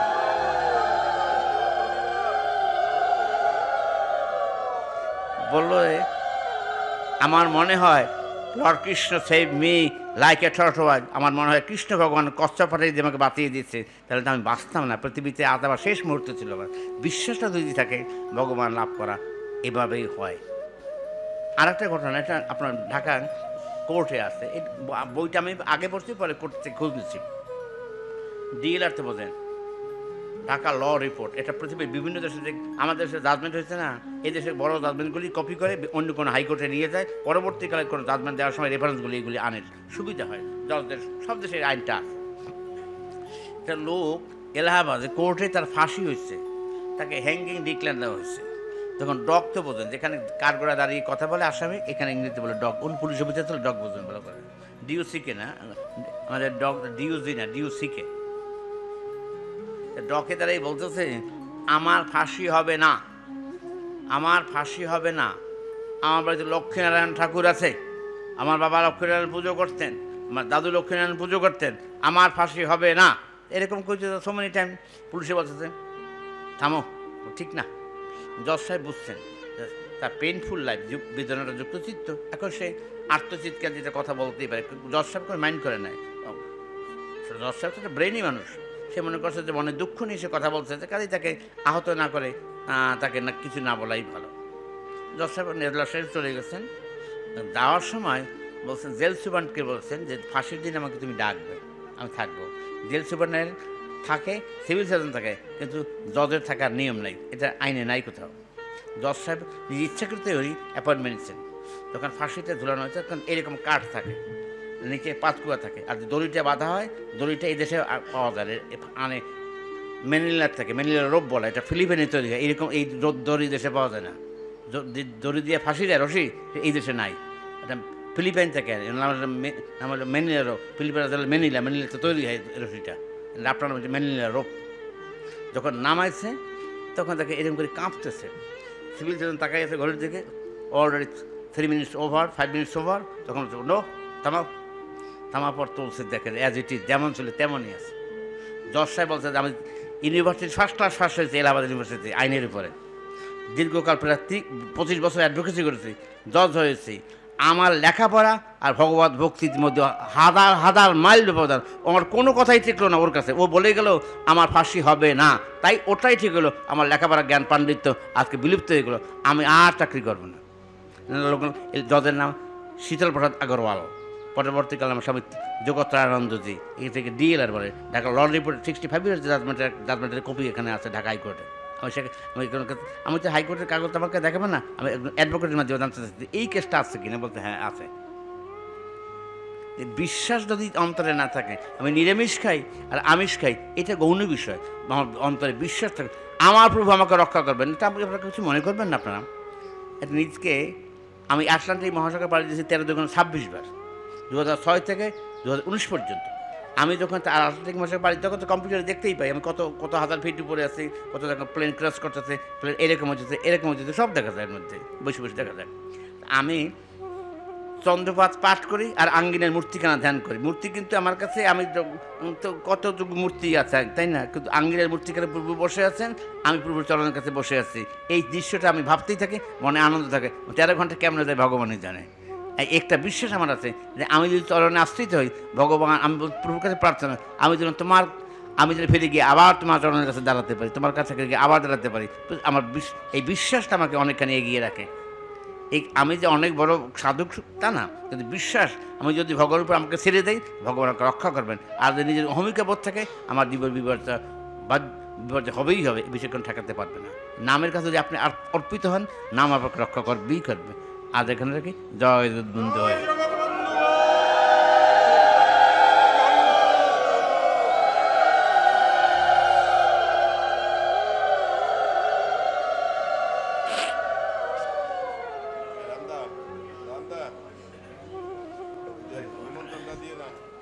হ্যাঁ রাম, না আপনি মাইকে বলে দেন, রাম এইসব বলে দাও, ভক্তরা যেন ওটা সরে যেতে পারে, তা নইলে আমরা তাদেরকে নিমন্ত্রণ করবো, তারা জানবে না, তো ঠিক না।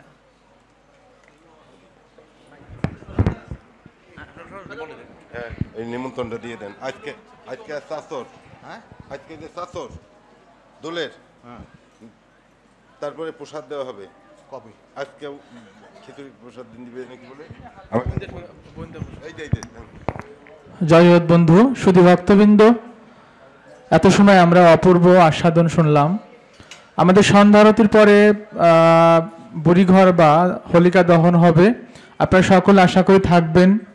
তারপরে যৎকিঞ্চিৎ প্রসাদ ব্যবস্থা রয়েছে এবং আগামীকাল সকাল 9টায় প্রভুকে দোলে স্থাপিত হবে এবং আরতি ভোগ হবে। আগামীকাল বিকাল 3টায় পদাবলী কীর্তন হবে।